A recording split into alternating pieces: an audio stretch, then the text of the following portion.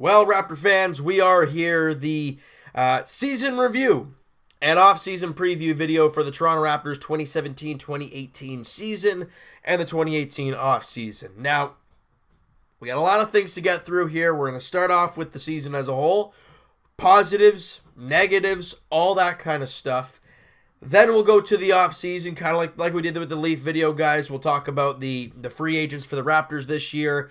Really isn't many that, or I think it's just Fred VanVleet, but we'll get to that in a bit.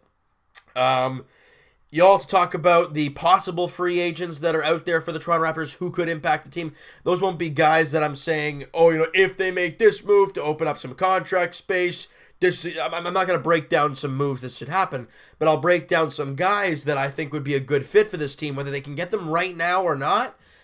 That's up to you guys to look at and decide, but I'll just give you some ideas, right? That's just the thing, right? So what we're going to start off with is the season review, the 2017-2018 Raptors season. Now, we all know how it ended. We'll get to that in a second. We know how it ended. Positives, well, we saw the bench take a very good leap in the regular season. They were great. They obviously held this team alive through the first little bit, and mainly through the entire season. There were bumps in the road, but that's with every team that's going to happen. But overall, the emergence of Fred VanVleet, Siakam, Pirtle, DeLon Wright, all these great players, they had great regular seasons.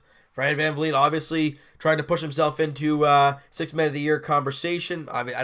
He's a great player. I didn't think he was going to be getting that. I don't think he will either, but hey, there you go. The starters, again, with the bench being so good, the minutes were limited for the starters. I thought Lowry had a very good season. To his contract, maybe not so much because he is making more than DeRozan, guys. We got to put that into perspective. But with Lowry, he gave us a lot. He was a great player all season long. He was a career high in 3 points. Man, I think it was the career high in 3-point percentage too. His rebounding numbers were up. His 3 points were obviously up.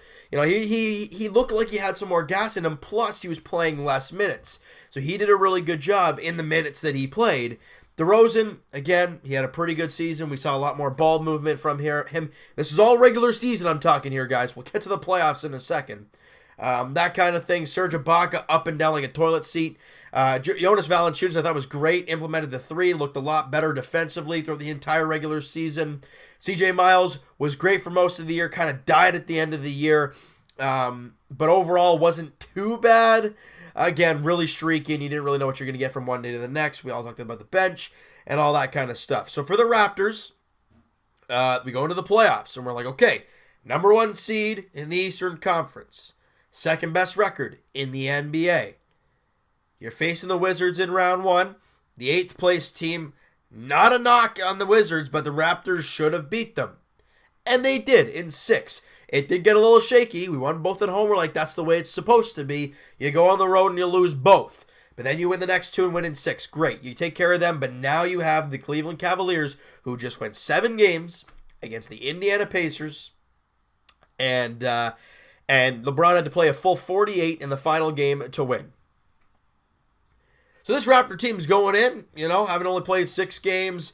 Everyone's really rested. The Cavs have just found a way to get to round 2. And the Raptors fall flat in their face and lose 4 straight. And their season's done. It's sad. Lowry I thought he wasn't too bad in the second in the round against Cleveland. Offensively. DeRozan wasn't that great. In a must-win game in Game 3, 8 points and a -20 while he was on the floor. Does not play the entire fourth quarter. And it works for the Raptors, but they were down too much. And LeBron obviously hits the buzzer beater to win that. Game 1, a bunch of chippies that this team should be getting. Can't make them. And it's the same old for the Toronto Raptors as they lose in 4 to the Cleveland Cavaliers and have now lost 10 straight to the Cavs. And back-to-back years they've gotten swept. And it's just sad. And then obviously Boston winning Game 1 of the Eastern Conference Finals against those Cavaliers without Kyrie, without Gordon Hayward. And you beat them, they crushed them. And I apologize in advance, guys. If I sound like garbage. I am sick. I apologize to you guys in advance here. got to clean up the mess. And I got to keep firing this out to you guys because I did promise a video. So here we are. But really, guys, JV wasn't the greatest. Honestly, nobody really was that good in the playoffs. The second round against the Cleveland Cavaliers. And what didn't help is not having a healthy Fred VanVleet. Clearly he was hurting. Clearly he is still hurting. So that didn't help. I'm not saying he's the dynamite guy that really drove this team. He was in the regular season, but the team got past Washington in 6 games. A very good Washington team. This Raptor team, no one expected to get swept except for Skip Bayless, and he was right, which I hate. But that happened. All right, so we're gonna stop talking about this miserable season because it's gone. The first domino to drop, though, we talked about change. We talked about it in Game 4 video. We talked about it in the Dwayne Casey firing video. Things had to change. We talked about it. We're like, that's it. We're done with this mess, all right? We tried to have one last year with them because Cleveland lost Kyrie and Isaiah was out half the year. That didn't even work. So they were like, oh, this is the Raptors' time. The Celtics are too young. The Sixers are too young. The Cavaliers are depleted as all heck. The Raptors are first in the East. This is our year. No. Same old, same old. And the first domino to fall, Dwayne Casey getting fired, possible Coach of the Year nominee. Will it happen? Well, we're going to have to wait and see. But whether he's Coach of the Year or not, he has no chance of being Coach of the Year next year for the Toronto Raptors, obviously getting fired. Now, we talked about it in that video, so I'm not going to dwell on it too much. There's some possible candidates. We heard 4 names. We heard Mike Budenholzer. We heard, obviously, Jerry Stackhouse, Nick Nurse, and Rex Kalamian. 3 of those names are obviously in the organization of the Raptors themselves. Mike Budenholzer, he's not. Anybody who does not know him, he's a very good coach. I think he might be a great fit for the team. I mean, only time will tell, I guess, to see if that happens, if he does come here anyways. But put it into perspective. 17 years assistant coach to the San Antonio Spurs behind Pop. Maybe not all 17. If he was, then great. But nonetheless, he was behind Greg Popovich. He learned from the best. One of the best. I wouldn't complain. He knows what he's doing. So, for that, yeah, that's an option.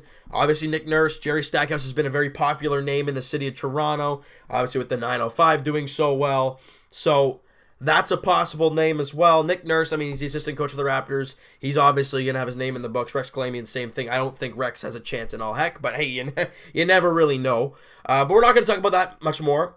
I just want to throw some names out there to you guys. I apologize if I keep wiping down here, guys. Don't want to have snot dripping down my face and have it like coming down the side of my face, and then I go, yeah, I don't want any of that stuff. Got to keep it try and keep it as clean as possible. So now that we're done talking about that stuff, because the season's done, and we already talked about Coach Casey being gone, let's talk about the very important things. First off are the contracts for the Toronto Raptors. Well, we know about the terrible contracts in the starting lineup.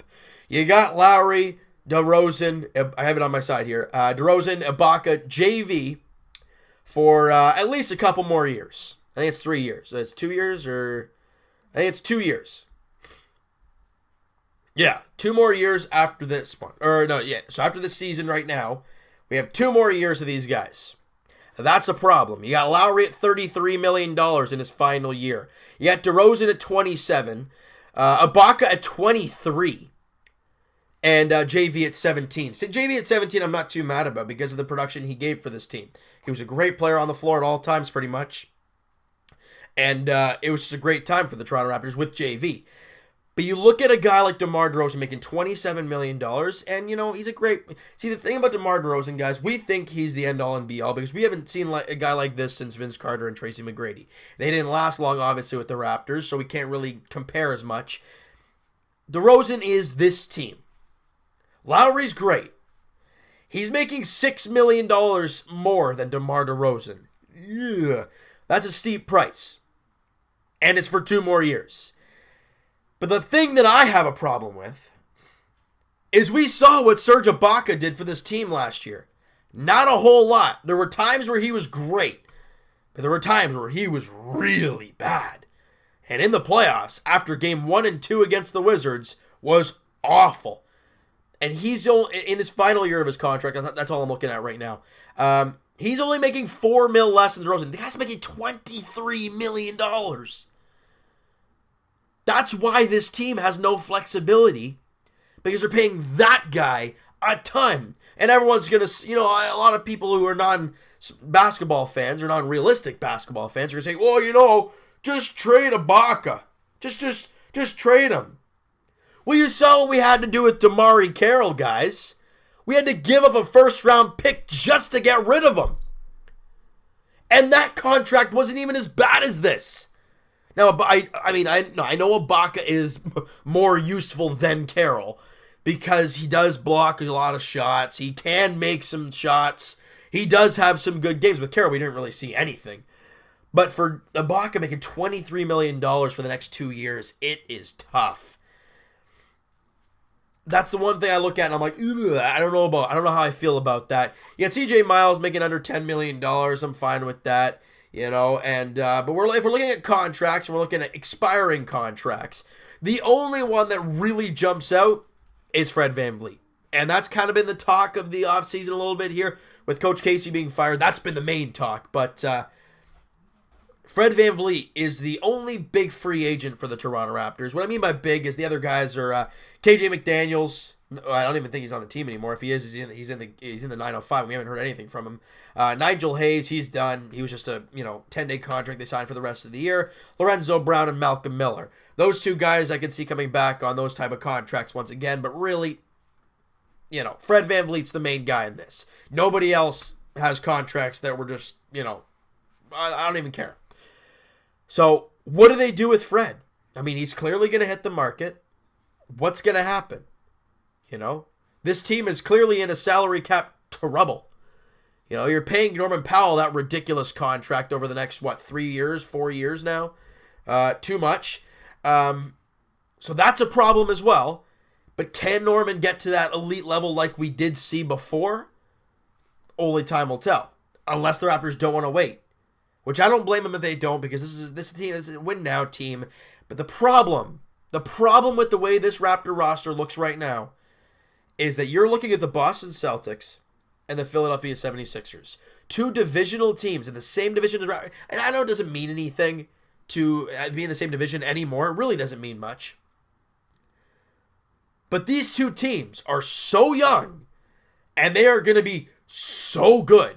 The Celtics are already in the conference finals, and they already beat Cleveland in Game 1. Heck, they might even be going to the NBA Finals. I don't even know. But you can never count out LeBron James. He had a bad first game. That doesn't mean he's going to be bad every single game. And then you have the 76ers, who pushed the Celtics. I think it was Miami. They walked right through. Then they got to round 2, for goodness sakes. And they're still so young. Fultz didn't really play at all. Simmons is just scratching the surface. Embiid is really just scratching the surface. That team is good. And for the Raptors, we're just kind of hovering. And that's a problem. You look at you look at the Clevelands, they're kind of still up there as the champs until they're beaten. But then you look at the Raptors, they're right below them. And then you had the Boston and Phillies way down here. But then after last year, they've both climbed up. And now they're up near or above the Toronto Raptors. And they're still young and getting better. That's why this Raptor team's window of winning is shrinking unless they do something big in the offseason. Really, there's not much else to talk about when it comes to, re-sign stage and all that kind of stuff. Because Fred VanVleet is the only name that's out there. Really. Will they sign him? If they have the money, they'll probably do so. But if you sign him, how much money do you have for free agency? That's a big problem as well. Now we're going to break down positions, free agents. I'm not saying these are guys the Raptors should go after, but they're names, and we'll talk about that, and we'll break things down here. Again, guys, I super apologize here. Excuse me, look at this. I'm all over the place tonight. But, because I knew this was going to happen. I just had to try and fight it as long as I could. So let's start at the point guard position. For the Raptors, I don't think they have to make any changes. Lowry, look, as much as people are like, trade Lowry. Well, who's going to take that contract the contract at 32 years of age? I don't think anybody. So you have Fred VanVleet and you got DeLon Wright. I guess that's fine. If you're looking at free agents, Chris Paul, Isaiah Thomas, These are all unrestricted free agents I'll be talking about here.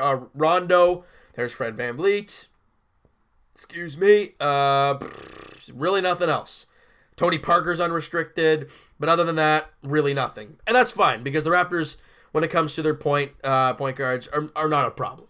We're not worried about that. Because really, I mean, they're serviceable enough. That's not our main problem. You go to the shooting guard position, you got DeRozan, you know, you could throw in DeLon right there, you could throw Norman Powell in there, guys like that. So Tyreek Evans is an unrestricted free agent. Look, if the Raptors want to go big, a guy like that, but I mean, he's not going to want to come off the bench, so that might be a bit of a problem.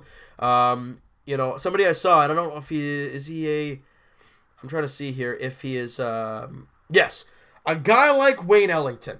Now, he only averaged 11.2 points a game here with the Miami Heat last year, but we saw, guys, and I don't care what Raptor fan you are, we saw what he did to us in that final game of the season for the Miami Heat. The guy could not miss a three. He's a very good three-point shooter. He is a fantastic player. Is it an option? I mean, he only making $6.2 million this year, but after a fairly good season this season, that could go up. That probably will go up.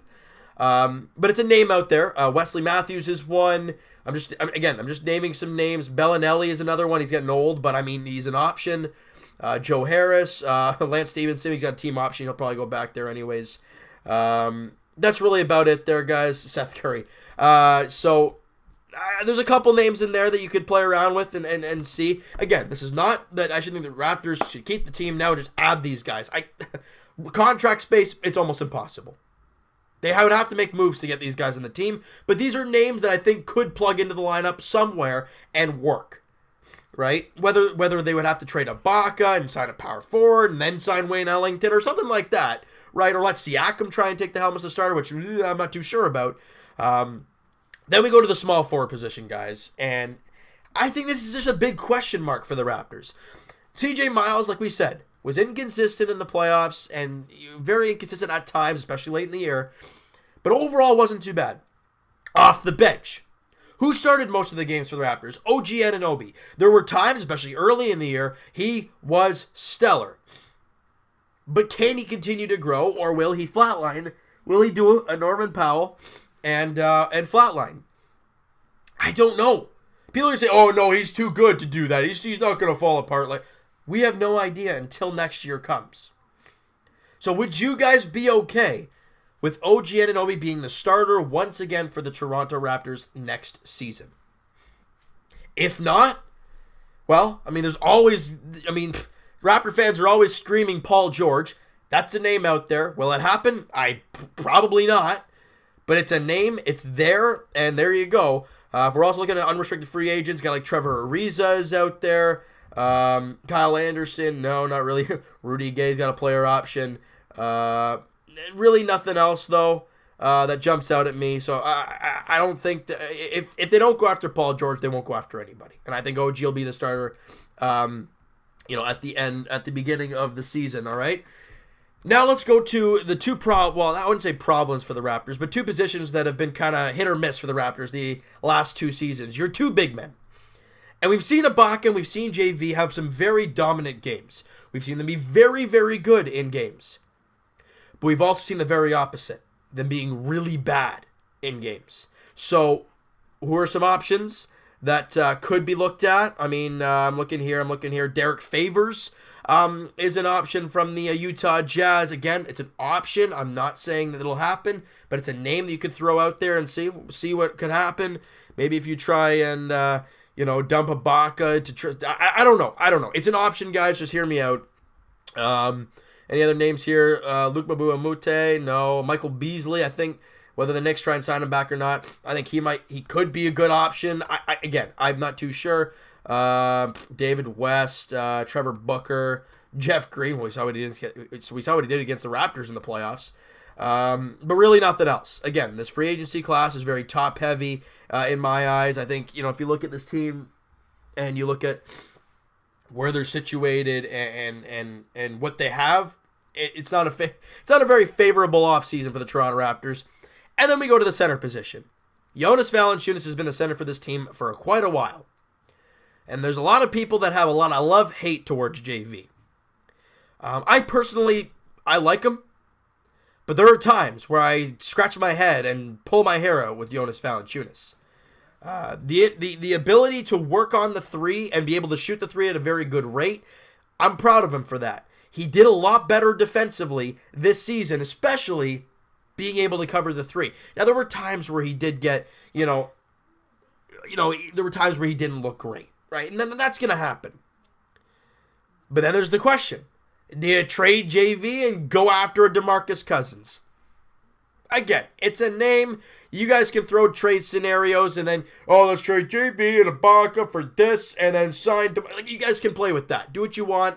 I'm just throwing some names out there. DeAndre Jordan's got a player option. I don't know. That's a tough one. I mean, they're not really in a win-now situation. He's getting up there a little bit. But he has been there his entire career with Blake and all that kind of stuff. Obviously, Blake's gone now, but that's a thing. Again, Brook Lopez, Raptor killer. He was with the Lakers this year. Greg Monroe, guys, very good post player. Not a very good jump shooter, though. That's an option. Nerlens Noel. I'm looking at these guys, and I don't really see anybody that jumps out. Like I said, very top-heavy. Now, are there guys that could impact the team? Of course. But will they do anything sizable to put this team over the top? No. I think if you're trying to do something like that, and you're trying to make some big splash to put this team into the next category, you make a big move. Otherwise, we're going to see the same old Raptor team next year. Now, whether they smarten it up and they get things together, as Raptor fans, I think we've kind of lost our patience with this team.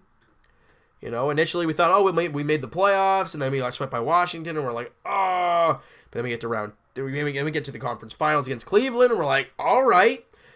But then you lose 4-0 to Cleveland, and then 4-0 Cleveland back-to-back years, and these teams that were tanking back in those days are now getting better. What does this Raptor team do to take that next step?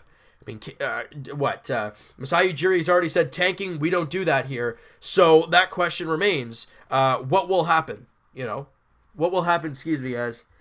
Oh, geez. This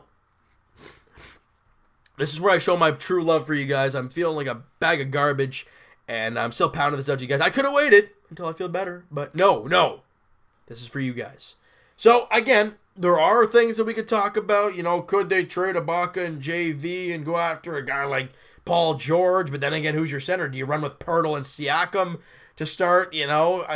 Or do you trade those guys and go after a Boogie? There's a lot of things. I'm not saying those are going to happen, but there are options. There are things out there that you can look at and say, boy, how big do you want to change this team? And that's not up to us to decide. That's obviously Masai and the coaching staff in the organization to decide where this team goes. Because clearly, they're not tanking. A lot of Raptor fans are saying, look what the Celtics, look what the 76ers are doing. Let the Raptors do that. Well, with the contracts they have, you're not going to get those type of assets. What do they do, Raptor fans? I want to hear what you guys have to say. This video was not for me to... obviously it was. A guy like Wayne Ellington, I think, would be a great addition to this team if we get the Wayne Ellington we saw with Miami this year. That would be a great pickup. Will it happen? I don't know. The offseason will tell us when it comes. Do the Raptors make a big splash in free agency and the trade market? I don't know. Masai's really never been the guy to make any big trades. Obviously the Ibaka trade, but that wasn't a big magnitude trade. We know this team needs a revamp. I wouldn't say a reculture, but with a new coach in mind, will this team be able to play well, or will it crumble? I don't know. There's a lot of question marks with this Raptor team. With the Leafs, we knew what the problem was. With the Raptors, we have no idea. Oh, goodness me. I apologize, guys. We'll be wrapping this up real short here. But for the Raptors, guys, I want to hear what you guys have to say. Give me a 1 to 3 list of the main needs for this team heading into the offseason, other than coach, because we all know that's number 1, because we have nothing right now. We have nothing. So, is it maybe go after Paul George no matter what it takes, go after Boogie no matter what it takes, sign a guy like Wayne Ellington, sign a backup, a good backup small forward or whatever. I want to hear what you guys have to say, all right? So you know what, guys? That is going to do it for this one. Once again, I apologize to you guys for this and all that great stuff. But I pounded it out to you guys. Don't worry about that. All right, so if you guys enjoyed this video and you guys are kind of hyped for the offseason to get going for the Raptors, hit that like button. I do appreciate that. Hit the subscribe button if you guys have not already. Comment down below what you guys think of the video. Again, go nuts, Raptor fans. What do you feel this offseason is going to bring for this team? You think it's going to be a nothing and they're going to go into next year with the exact same squad? I know people are going to say, well, you know, with the contracts they have, they can't move anything. Well, yes, that's a possibility. But this is entertainment here, people. Right? The NBA it's not a, I mean, yes, it's a business, but it's also entertainment. And we all know this team needs a culture change. Will it happen? I want to hear what you guys have to say. There's a lot of things going to be happening this offseason for the Raptors. I'll be covering it all the way through. But if the Raptors sign a Nigel Hayes to a 1-year contract, I'm not going to make a video on that because what do I say? Well, they bring back a guy who played, 2 or 3 games with the Raptors, knocked down like 2 threes the entire time. Great to have him back. That's about all I can say. All right, so we'll talk to you guys whenever Raptors edition, because we'll be talking to you guys all off season long, and we'll be talking to you guys Blue Jays edition tomorrow as the Jays open up their 2-game series against the New York Mets at Citi Field. Jaime Garcia on the mound in Game 1 versus Noah Syndergaard, 7-10 first pitch there. Thank you guys for listening. I hope you guys enjoyed it, and we'll talk to you guys tomorrow night.